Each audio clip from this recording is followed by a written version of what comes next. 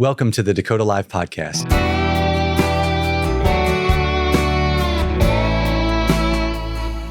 I'm your host, Robert Morier. The goal of this podcast is to help you better know the people behind investment decisions. We introduce you to chief investment officers, manager research professionals, sales leaders, and other important players in the industry who will help you sell in between the lines and better understand the investment sales ecosystem. If you're not familiar with Dakota and their Dakota Live content, please check out Dakota.com to learn more about their services. Before we get started, I need to read a brief disclosure. This content is provided for informational purposes and should not be relied upon as recommendations or advice about investing in securities. All investments involve risk and may lose money. Dakota does not guarantee the accuracy of any of the information provided by the speaker, who is not affiliated with Dakota. Not a solicitation, testimonial, or an endorsement by Dakota or its affiliates. Nothing herein is intended to indicate approval, support, or recommendation of the investment advisor or its supervised persons by Dakota. Today's episode is brought to you by Dakota Marketplace. Are you tired of constantly jumping between multiple databases and channels to find the right investment opportunities? Introducing Dakota Marketplace, the comprehensive institutional and intermediary database built by fundraisers for fundraisers. With Dakota Marketplace, you'll have access to all channels and asset classes in one place, saving you time and streamlining your fundraising process. Say goodbye to the frustration of searching through multiple databases and say hello to a seamless and efficient fundraising experience. Sign up now and see the difference Dakota Marketplace can make for you. Visit dakotamarketplace.com today. I am very happy to introduce our audience to RJ Smolenski, Managing Director of Investment Research for Pitcairn. RJ, welcome to the Philadelphia studios at Dakota. Rob, it's great to be here today. We really appreciate it. It's nice that you were able to make the trip in, seeing the studios, as I understand, for the first time. That's right. Great to be here. Thank you for the opportunity, ultimately, to be here and talk a little bit about myself and the organization and my role. That's great. And I'm always happy to reintroduce Andrew O'Shea from Dakota. Andrew, welcome back. Thank you. Happy to be here and happy to have RJ, longtime friend of the firm. Yeah, this is not your first rodeo with Dakota. No, we've done a few of these. I think a couple of the original just audio only calls, and then I did one where some of the Dakota folks were here in the studio, and I was at home during the pandemic.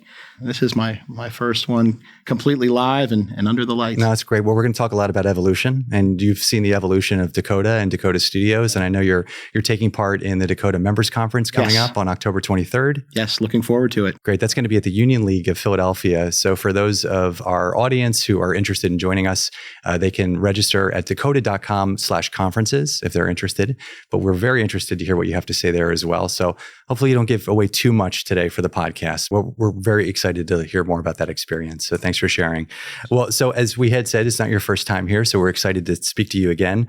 For those who aren't familiar, Pitcairn is a multifamily office headquartered in Jenkintown, Pennsylvania, with over 125 client families, with approximately 500 households across the United States, and an additional 20 single-family offices making up nearly $7 billion in assets under advisement.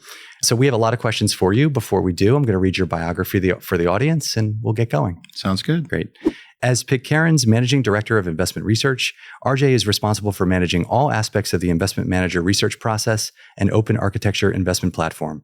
With over 2 decades of industry experience and a 20-year tenure at Pitcairn, RJ has held a multitude of investment roles. Prior to Pitcairn's move to open architecture in 2008, RJ supported the firm's proprietary investment program as an analyst, developing keen insight into investment management styles, portfolio analysis, and client service. In 2008, RJ was a key member of the firm leadership responsible for the collaborative, multidisciplinary build of Pitcairn's open architecture investment program, including a pioneering tax overlay program, a program he built and managed for its first 5 years and now provides oversight to.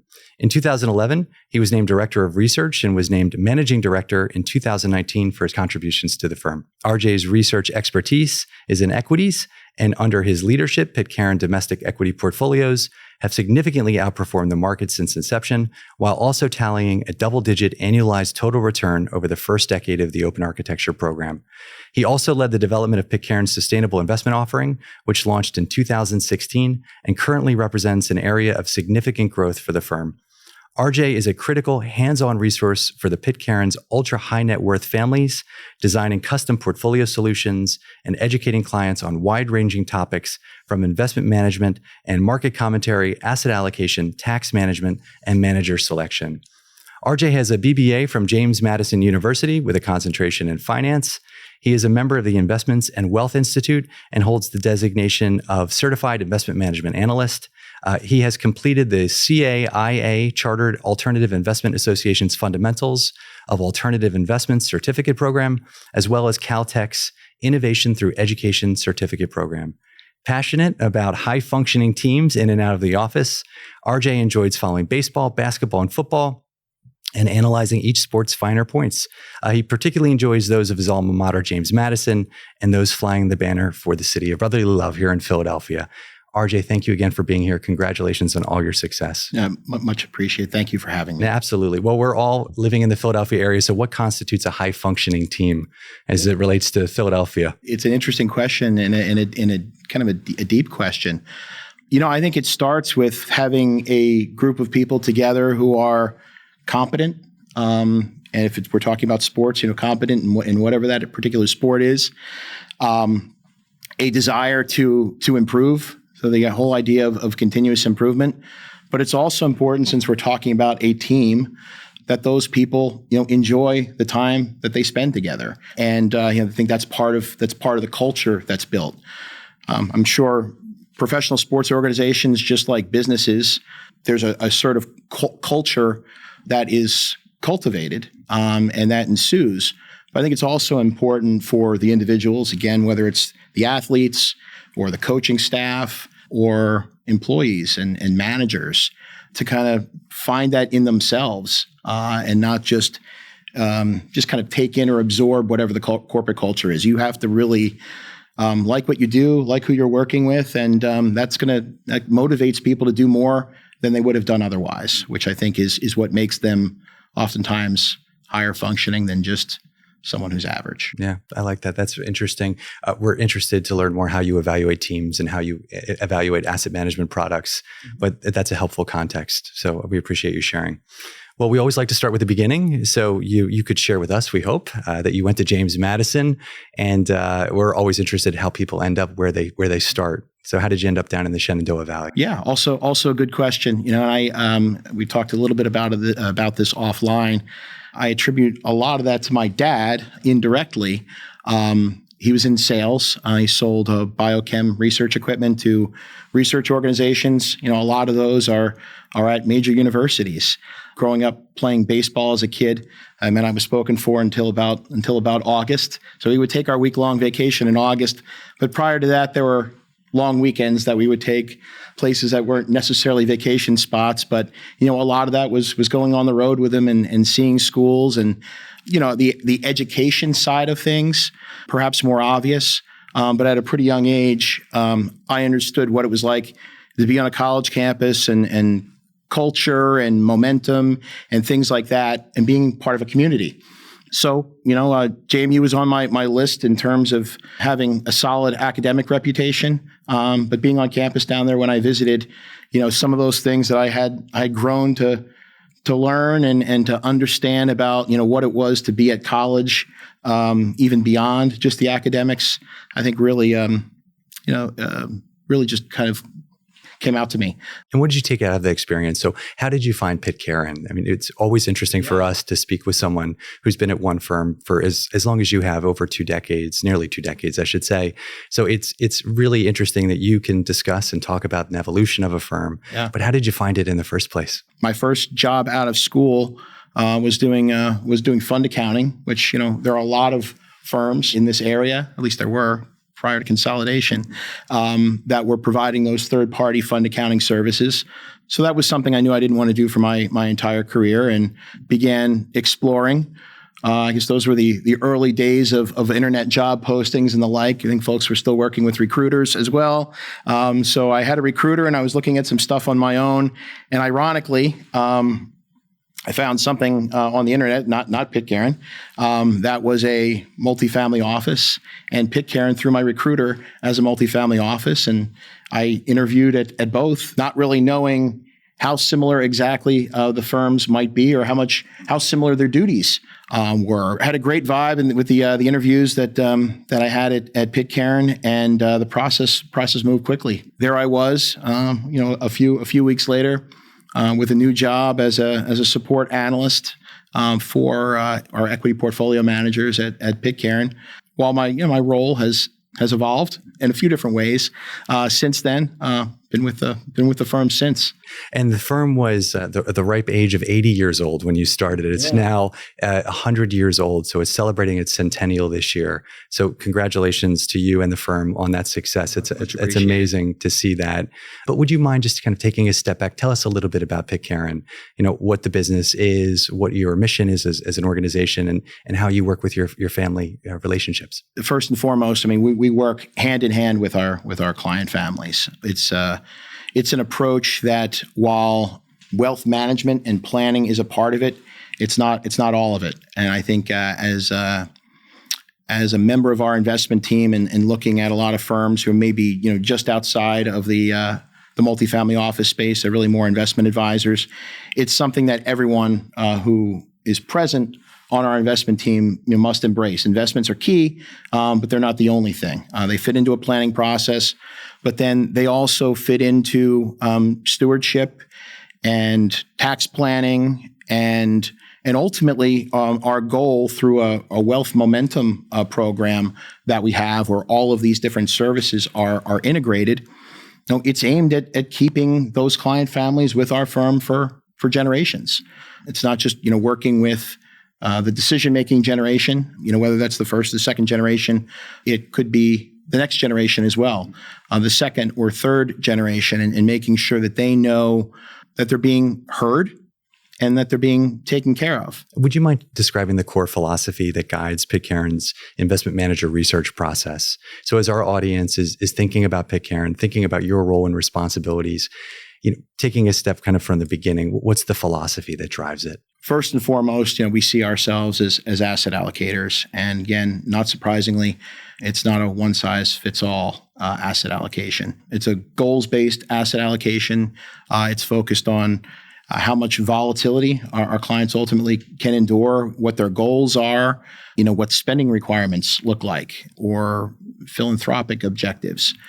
So getting that asset allocation right is really important. And then it's incumbent upon us as a research team to build allocations at the asset class level, within those that are ultimately populated with managers.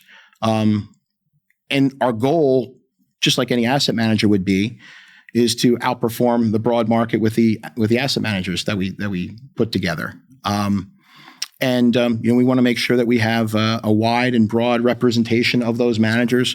But ultimately, the goal is to outperform that particular asset class's benchmark and meet or achieve whatever our total return goal is at the asset allocation level for our clients. So it's, I'd say building block approach, but maybe more top down from the asset allocation first. And then, focusing on the managers and make sure that we're fully outfitted. And doing that on an attractive after-tax basis as well. And I think it's interesting to hear you starting the tax overlay program. Obviously, that's become a lot more popular in recent years, whether it's through Parametric or others. But you were, 20 years ago, I guess, establishing this program. Could you talk about sort of how you came into Pitcairn and saw that as an opportunity to add value to your client base? Yeah, absolutely. So it's interesting. Prior to our move to open architecture, we really started dabbling in some, when we had our proprietary structure, dabbling in some, I would say, look relative to Parametric or where we are today, less sophisticated, methods of managing those taxes, but it was effectively managing multiple portfolios in one portfolio, where we made sure, hey, if we trade our highest cost lots, that's going to be the most advantageous from a tax standpoint. And if we're doing that in one structure, our clients will be better off. Mm-hmm. We didn't perhaps do a great job of quantifying it all in those days. I don't know that we even had the tools to quantify it, but we knew almost by default it was going to be better. Fast forward then just a couple years to our move to open architecture, and you mentioned Parametric, who has been a partner of ours going all the way back to 07, 08. Integrating active and passive, doing it in a single portfolio, having a partner alongside of us to be able to carry those out. it was already kind of an idea or a concept that we had. It's just, through that move to open architecture and partnering with a firm that this is what they did. Really kind of took that to the next level. Just talking about high functioning teams, could you tell us a little bit about your team? So how is the team structured in terms of coverage, and how are you working with the various asset classes that you were inferring? Sure, absolutely. So I'm our director of research, and I think as you mentioned at the top, my area of focus is equities. So that's long only, and I'll do some work and really anything that's equity linked on the alternative side as well. Mike Podursky is our head of fixed income. So similar to me on the equity side, he would cover anything that's credit. We have a newer member of our team, Rob Milliff, who is squarely focused on alts and private equity. So he's a third member and one that is newer this year. And then Nathan Sonnenberg is our CIO. Nathan also joined us at the start of the year. When we moved to open architecture, a full open architecture approach in 2008, we engaged a firm down in Rockville, Maryland called Fortigent. Mm-hmm. So Nathan and Rob were both at that organization. We had some history with both of them. Nathan joined us as CIO in January of this year. So that's they're really I think the four of us that are focused. Nathan perhaps a little bit less so on manager research. Rick Pitcairn, who's our CIO, moved into a chief global strategist role, so still heavily and highly involved with the investment story at Pitcairn. Though I would say the four of us provide a lot of the day to day. Actually, I'd be remiss if I didn't mention Ashley Ruling, who is kind of a utility infielder for us, kind of keeping to the sports motif. She does a little bit of everything. And you mentioned at the top some of my involvement, ESG. A lot of that I did early on has now transferred to Ashley, and she's intimately involved in that deliverable. I think evolution is going to be a theme of this podcast. So it sounds like the team is involved. Mm-hmm. You now have direct coverage over private markets. We're going to talk more about private markets in the next few minutes, but just thinking about kind of the overall manager research process. This is something that we talk about and ask our guests often in terms of the underwriting process that's involved when you are looking to fund a manager for either the first time or potentially an additional allocation. This is an area where I would say when we look at private markets, it's perhaps a little bit different than traditional markets or public markets. In the private markets, obviously you can only access what's available at any given time. I think as an organization, we're actively looking at and thinking about, and we'll start building structures that will make it easier to avail our clients to the widest swath and most current offerings. But it is an area where that you have to stay on top of it. You have to know what's out there, whether that's through your own sourcing or through consulting resources, which I would say in private markets we're open and quite receptive to that type of involvement from the outside. In traditional markets, it's a lot of quant work and screening on the front end, combined with relationships that have been built and processes that we've come to understand and appreciate over years. And ultimately, it's finding a fit with some void at this stage of our evolution, a void that's present on a platform. I think we go into every day thinking that we have, at least on the traditional side, a full array, a wide and full array of managers to outfit that asset allocation. Though, we're oftentimes challenging that. Is there a niche market? Is there a style? Is there some sort of delivery method that's more efficient or more effective to carry out that asset class? So those are the types of things that we're challenging on a more regular basis. How do those conversations take place? Are they done on a regular basis, monthly, quarterly, or is it more through the natural process of working together? I would say all of the above. I think we have a weekly weekly discipline. Where we're getting together and we're meeting and we're talking. We have quarterly reviews with our relationship managers. Quarterly presentation that we put on where we describe the quarter that was and we elicit feedback. When you have ideas or observations or things along those lines, like they don't keep or stick to a calendar, right? And you're getting back to your comment about highly functioning teams. I think it's incumbent upon all of us to have, open door policies and be able to just bounce ideas off of each other and thoughts and things that we've observed in kind of a very no judgment zone. I think that's where oftentimes a lot of the best new ideas come, just unencumbered and unfiltered and without any sorts of preconceived notions about what was, what is, or what will be. It sounds very open-minded and healthy way to do it. You mentioned delivery methods, which to me might tie into product structure in terms of how you're absolutely building portfolio's. Typically, what's the most attractive product structure for you on the public equity side? Would it be a mutual fund, separate account, model delivery, ETF? Yeah, I would say in the U.S. it's absolutely a model-driven separate account across all capitalizations. One of the things that we're excited about internally on the international equity side is we're building out a UMA there as well. We're going to keep emerging markets and small caps and mutual funds, but the kind of the top end of the allocation, the most significant allocation to international will be in a model-driven SMA or a UMA.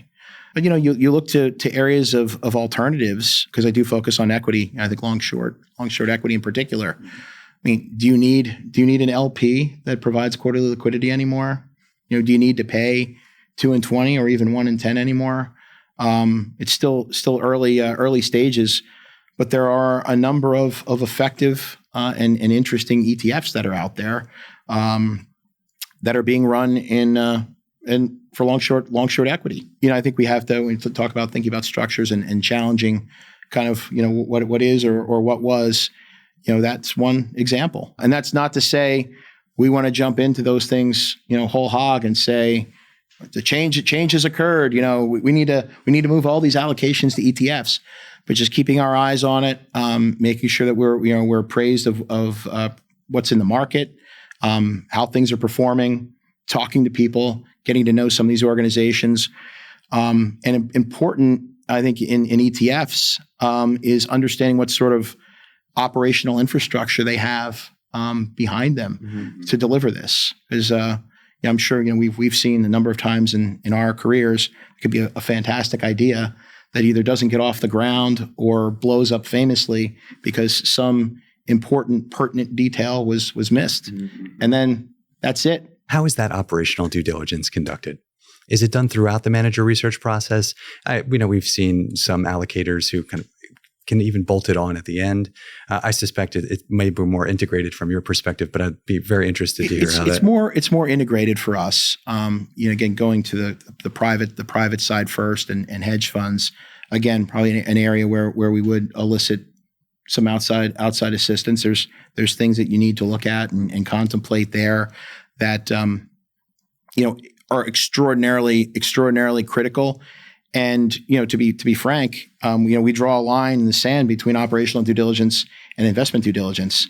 It's kind of oftentimes two different sides of the brain. It would be incrementally easier on the traditional side, and with SEC registration and some of the things that you have as a backstop. It's not to say we don't do it, can't do it, or anything along those lines. But we know, and it's part of our due diligence process, is having an understanding about what sort of involvement the SEC may have had over the recent history and what their findings were, in addition to getting in and talking to traders and portfolio managers and anyone and everyone who's involved in that process from the top of the process all the way down through. You mentioned quantitative being part of the process. As you know, that tells part of the story. Because past performance is not always indicative of future results. So you're underwriting really a manager that's going to be making future investment decisions. So what about your process gets you really comfortable and conviction that this is the manager we're going to go with, more on the qualitative side? Yeah, no, I'm glad you asked the question that way and phrased it that way, because I think that's spot on. I mean, we talk about this all the time, that the quant only gets you so far, right? That gets us to a focus list. It gets us to some grouping of managers that we know based upon, the gauntlet of quantitative measures that we like to look at. They're in the game, right? And that's when it gets interesting from there. So some of the things that we were talking about at the top about team dynamics and how people work together, how organizations are built, succession planning, leadership, all of those types of things. Sometimes it's as simple as, who we're provided access to. I can think of a couple times in my history where, we're looking to do like either a deeper dive on a call or an on-site visit, and we asked to see certain people or asked to interact with certain people together in the same room, and where it was kind of avoided. It was like a little slippery. I mean, that's a red flag for me. So it's important that when you're in those situations and in those scenarios, you're looking for some things on the qualitative side, and you're eliciting a certain type of feedback or conversation that it's allowed to play out. And I always enjoy, much like we have here today, a conversation instead of a kind of a packaged presentation. I'm always leery of packaged presentations, particularly when you're in that environment where you're there to ask questions and get to know people and how they function together as a team. And look, there are investment processes that don't require that same team involvement. If you have a highly quantitative process and there's, one or two or three people who run that quant model and one individual who sits on top of it makes the decisions, I mean, that can work. I've seen it work before, more than once. So then, perhaps some of the collaboration, the integration isn't as critical, but in a process where people are designed to work together and make decisions together, I want to see them work together and conversate and talk about what's in their portfolio together when we're doing that due diligence. Well, we've been through some pretty unprecedented times, as you know well, through COVID. So through COVID, when you lost that in-person engagement, that ability to be able to sit in front of someone and not do it via Zoom or just receive the package, how did the firm and your team adapt during that time? At the end of the day, it's not the same as meeting with or talking to people in person. And I can recall sitting on a virtual panel or two where these topics came up. They're like, oh, well, now that we have Zoom and we have all this technology, then maybe, the on-site visit, isn't necessary anymore. I'm thinking to myself, hogwash, not the way I do it, or I like to do it, or I believe our team likes to do it. It's important to look into the whites of somebody's eyes and really get a feel for who they are and how they do what they do. Back to my comment about being presented to, you can't avoid that sometimes on Zoom. Like, it's just, you're in front of this camera and it's just, sometimes it just feels like a sales pitch. When you sit down across from somebody, it's a conversation, and that's what we're looking for. Andrew, same on the distribution side. Do you find that, have you kind of been migrating now away from the video and back on the road in front of people, or is it still a balance? I'd say it's a balance, but being on the road is irreplaceable, and you have to get a little more creative about where you're willing to meet people because they're not always in their centralized office. But at the same time, they're more open to grabbing lunch or coffee. So I think, to RJ's point, I think from the distribution side, you want to be efficient with the allocators' time, and if they want to do a Zoom, that's certainly helpful. But at the same time, being on the road is preferred for sure. How about risk management? How does risk management play into your manager research process? We talked about asset allocation, and we hear a lot of allocators who also think about risk buckets. So as you think about risk management, risk tolerance, obviously what you're doing can be quite bespoke for your underlying families. But could you talk to us a little bit how you think about risk management, particularly as an asset manager is reaching out to you? I think particularly when you start dabbling in private assets and alternative assets and use of leverage, some of that, the risk becomes real, and the risk management becomes real. So, I would say we gravitate towards managers generally that employ leverage, but maybe less so, to the extent that we do have a manager or managers that do happen to use a little bit more leverage, which we do. We're careful, very careful about sizing, and they are in, I would say, more bespoke situations and bespoke portfolios. It's incumbent upon us, even though we like to talk about and think about the packaging, all the assets working together in an asset class. When we're using one of those resources, part of this is client risk management, not just portfolio risk management. it's important for the client to know what's in there and how it may behave. And something that's up, has an outsized return is up 25% one quarter. There's just as much potential for that to be down 25% the next. That's just kind of the way risk works and in the way leverage can work. So I would say thinking about it from a portfolio standpoint, from an asset standpoint, but also part of that risk management again is client management and having client conversations and making sure they know ultimately what's in their portfolios. How about time horizons? Just, for asset managers who are calling you, setting and managing expectations, probably one of the more challenging aspects of Andrew's job is just thinking about, when you make that first call to when there may be an opportunity down the road, if everything fits based on the criteria that you had described.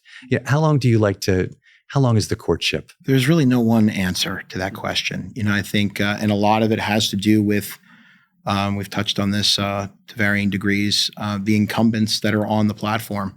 If there's no reason for us to make a change and we like the managers that we're working with, they are known commodities. We're going to stick with the incumbents. If there's something there that's a little slippery, we get a little squeamish about, that's oftentimes when, we get a little bit more proactive with respect to what might a replacement look like, what's out there. Now that's on our side. Obviously, there's a flood of inbound that we're getting on a regular basis, and it can be a lot to manage. I think we have to be selective about the meetings that we take and the conversations that we have. We want to make sure that we're talking with as many people as we can. But just because we're speaking with somebody doesn't mean that there's a present opportunity. And I think it's just, again, it's important for us as analysts on our team to set those expectations in the front end. This is interesting. There could be a fit down the line, but we don't have a slot, or even I don't see there being a fit for the foreseeable future. And, we'll let you know if that changes. So, I think it's really important for us to be open and honest and to address those things. And there's plenty of calls and plenty of inbound that slip through the cracks because we can't address everything. How about some of the areas that you're working on today? So what are some of the areas that are taking more of your time as you think about, particularly on the public market side, some of the asset classes where you're digging maybe a little bit deeper? Yeah. On the public market side, I would say, we have been looking a good bit at areas of the market where it could make sense to be more passive. I think that always comes up when there's a streak of manager underperformance. You look at the long only large growth segment within the U.S., and that's been a difficult spot now for quite some time.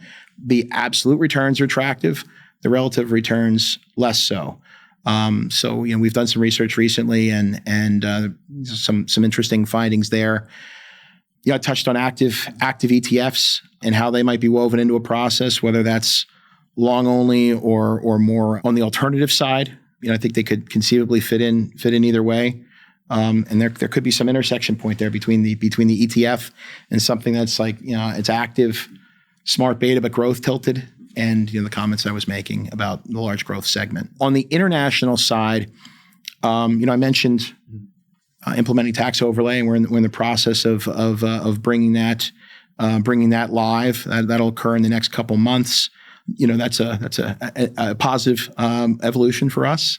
We took a fairly aggressive stance on emerging markets and the growth that we saw in emerging markets, or we thought we might see in emerging markets, in the kind of maybe the 10-year period, leading up here to 2023. And, looking back at that, certainly it would have behooved us to put more assets in the U.S. and, of the international allocation, have more of that be developed. But we had a pretty robust emerging market allocation. We've cut that allocation, and we're still constructive about emerging markets, but we're really from this point forward, looking at some data and some research that's out there. We're focused on managers that employ some sort of a top-down orientation. If you look at the country effect in emerging markets, the impact of getting the country right, the region right, is much greater than getting the individual security right. At least it has been for the last 15 or 20 years. So we've tweaked our allocation, brought the EM allocation down, and we're squarely focused in those areas. Is China still part of that equation? China can be part of the equation if the manager so chooses. But generally speaking, it's an underweight, relative to the emerging markets and and to the broad international allocation. We don't do it too much to tweak those countries in-house, at least right now. But I think that there's we have a good partner, a good manager in that particular space who's really very open about their viewpoints and why they are the way they are. And I think a great deal of philosophical alignment. So they happen to be underweighted China, and that means our clients are too. Interesting. Thanks for sharing that. You mentioned sort of the quantitative and qualitative process, but are there specific criteria you have to underwrite a manager? Would you look at smaller emerging managers, or does it tend to be you need to see that track record and AUM base before starting due diligence? Ideally, there's a track record there, and then depending on the space, we might be willing to dip down and to invest with somebody who's got less in the way of AUM. But generally speaking, 5 years is great. 3 years is fine. If we're going inside of that, there needs to either be something about the structure or the manager or the fact that it's a lift out or somebody that we knew came out of an organization that we knew and trusted they're employing roughly the same process. In terms of the AUM number, again, it varies. In small cap, we don't want the AUM to be massive, right? We don't want to have to replace those managers, every year or two if they happen to be successful. So we're much more willing to take somebody who's a bit smaller. Up cap, you don't need to take those risks. Somebody who's out there, who's been out there for a while, who's had a demonstrated success. We tend to look for a longer track record there and higher AUM. Well, another area that's involved is ESG. You mentioned it at the top of the show. So just curious, it's obviously caught a lot of attention of a variety of different investors. So any evolution as it relates to ESG and how you're thinking about ESG in regard to what your clients' expectations are relative to your managers? Yeah, I would say first and foremost, it's critical we have a solution. Right. And it was critical for us to build a solution. Beyond that, we felt very strongly that the investment merits needed to be at the lead. Mission and other ESG oriented factors, they have to be there. But the investment merits have to be there first. So I think we look at everything, whether it's in a public market or a private market, through that lens. Beyond that, there's a number of different groups out there now managing ESG money. You have your old school folks who were SRI managers who have kind of now adapted this more kind of as opposed to like a screening approach, just kind of the more positive kind of trend-based mentality. And then you have folks on the other pole who are greenwashing their portfolios and really aren't ESG at all. And then you've got, folks that are in between, where they have a process that might have been focused on better corporate management and better governance and things along those lines. And it's just a tweak or two and they're ESG ready. I would say, we want to avoid the greenwashing folks, especially for this cohort. But to me, either of those two other groups, whether they're more traditional, they roll up their shirt sleeves. Maybe they've got activists that work with these companies on staff. Like that's great. But if they don't, that could be okay. That could be okay too. And much in the spirit of diversification, making sure that we have coverage and something for everyone. It's incumbent upon us probably get both of those types of managers and weave them through our program. How about digital assets? It's been something Andrew and I ask a lot of our guests, if digital assets have made their way into your client portfolios. And if they haven't, how are you approaching an emerging sector, a sector that's developing quite quickly? So kind of getting yourself up to speed, educating yourself as to, what constitutes that type of investment potentially for one of your clients in the future? Yeah, we really haven't dabbled in that area broadly for our clients. I mean, there's no doubt in my mind that the traditional currency systems are going to become more and more digitized. But I think oftentimes that's not necessarily what people who are looking at crypto and digital assets are looking for. It's not the digitization of existing currency or world currencies. It has more to do with regulation or deregulation and things along those lines, which can be a little hairy. But what I would say is, we're stewards of our family's wealth. We have to be careful about the risks that are being taken. That having been said, if there's a little bit of money that a client might want to take and make some decisions on their own, that's not going to disturb the greater portfolio or put the next generations at risk, we're open to having the conversations with our clients, but it's not likely that we're going to be pushing any of those things at large for the foreseeable future. I would just be interested, more high level. You all have been so consistent in your identity as a firm over time. There's been so much M&A, and you've really stood by Pitcairn in terms of your consistency and philosophy. Thinking about evolution, which we talked about, thinking about that related to private markets, has private markets always been a component of portfolios, or has that become an area that you've added to over time more recently? Yeah, I mean, they've always been a component of portfolios. I would say a lot of our client families, they've attained wealth through ultimately private equity. I mean, it's owning a business or businesses.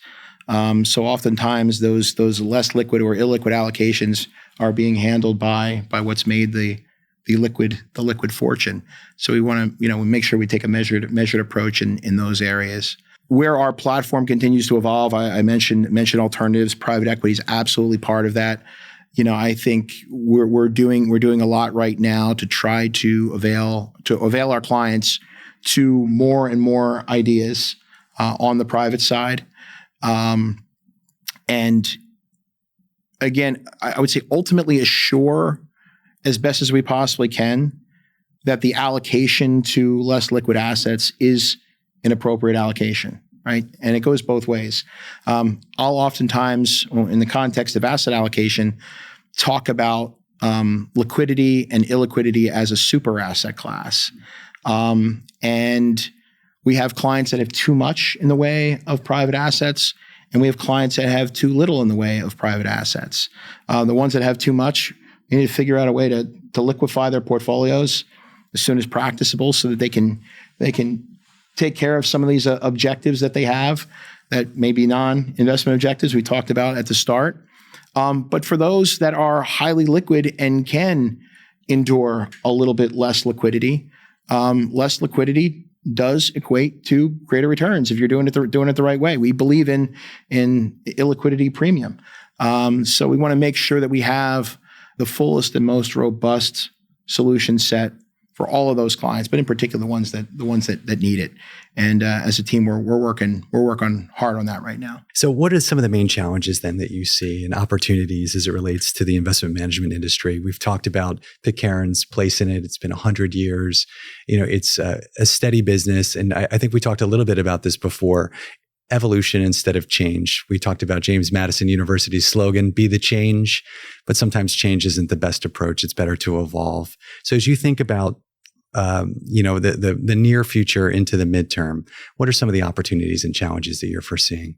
We talked about track record. New product means no track record, which is can be a little bit scary. So it's ultimately like identifying the things that we think will be around for a while, right? And the other thing that technology and some of these advances have brought is the ability for somebody to come to market much quicker and much cheaper, which also makes it a lot easier to cut the cord when things aren't going right. And that's what we try to avoid as a team. We're generally not bringing anything onto our platform that we think is going to be gone within 5 years, right? If if there's a manager that we hire and one that we're firing in 18 months or 24 months or 36 months, chances are we missed something. We got something wrong. And I think, with this new generation of products and technology, I think that still holds. It's incredibly difficult to have a conversation with one of our relationship managers about something that we just brought on board a couple of years ago that we have to remove or is going away. I know how I would react. They're reacting in a very similar way. It's even more difficult to have that conversation with the end client. I have both. I don't want to have both, but I do, and they're difficult. They're difficult conversations. We also have to balance that idea or notion with just putting a manager onto our platform and they just kind of sit there for 10, 15, 20 years, and then there's this kind of perception that, well, maybe there's something better out there. So there is a middle ground. But I think getting back to your question, technology and some of the benefits, but also the ramifications of how easy technology is making things. Liquefaction of markets as well. It could be a very good thing, but it could also bring forth considerable risks. Understanding what you're buying, understanding what it represents, whether a given market really can be as liquid as the underlying instrument is really important. Wonderful insights. Thank you very much. Well, we're getting close to the top of the hour, and we always like to end the conversation by asking our guests, the people who have really helped them through, this successful career that you've seen over the last 20 years, thinking about your college years all the way through to today. So who are some of those people, some of those mentors that have really been influential to you? Yeah, absolutely. I think obviously growing up as my parents, kind of highly influential in how I approach, every day, but also as it kind of gets into my professional career, how important loyalty is and setting forth to do something and then sticking it through. Right? Every job, every organization goes through peaks and valleys. You enjoy the peaks, but I think you have to kind of sometimes weather the storm and understand that if you happen to be in a valley, the best thing to do is work through that, because it makes getting up to that next peak feel that much more fulfilling and enriching. So I think a lot of that came from my parents. Mentors I've had in the organization. I think our first CIO, Jack Yates, when I was getting a start in the organization, Jack left the firm and Rick Pitcairn took over. So I think with Rick, it was always kind of a combination of understanding the investments, but also understanding, family dynamics and how we serve ultimately that end client and what that's like. And we're not just a investment management shop. We're an investment management shop inside first a family office and then a multifamily office.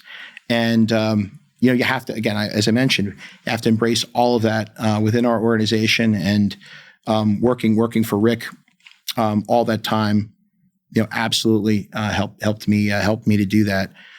I would also give credit to our entire suite of relationship managers.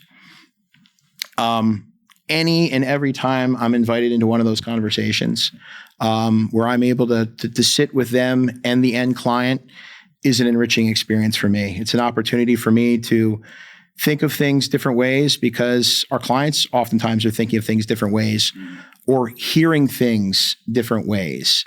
And there is no doubt in my mind, the more involvement that I got with the end client, the better it made me as an investment thinker, an investment professional, a teammate, a colleague, all of those things. So I credit a number of our relationship managers, really all of them, because they all invite me into those conversations and invite me into their clients' living rooms. And I'm deeply appreciative of that. That's wonderful. Thank you for sharing all that. Well, congratulations again on all your success. Congratulations to Pitcairn for 100 years. Thank you very much. We hope for another 100 years for them. I don't know about 100 years for you, but definitely another 20. Definitely not 100 years for me, but 20 sounds good. Good. 20 sounds great. Andrew, thank you as always for being here. We appreciate Pleasure. it. Thank you for your questions. Well, if you want to learn more about RJ and Pitcairn, please visit their website at www.pitcairn.com. You can find this episode and past episodes on Spotify, Apple, Google, or your favorite podcast platform. We are also available on YouTube if you prefer to watch while you listen. If you'd like to catch up on past episodes, check out our website at Dakota.com. And finally, if you like what you're seeing and hearing, please be sure to like, follow, and share these episodes. We welcome your feedback. RJ, again, thank you for being here in the Philadelphia studios. We'll see you in a couple weeks at the conference. And Andrew, thank you. And thank you to our audience for tuning in. Don't say goodbye.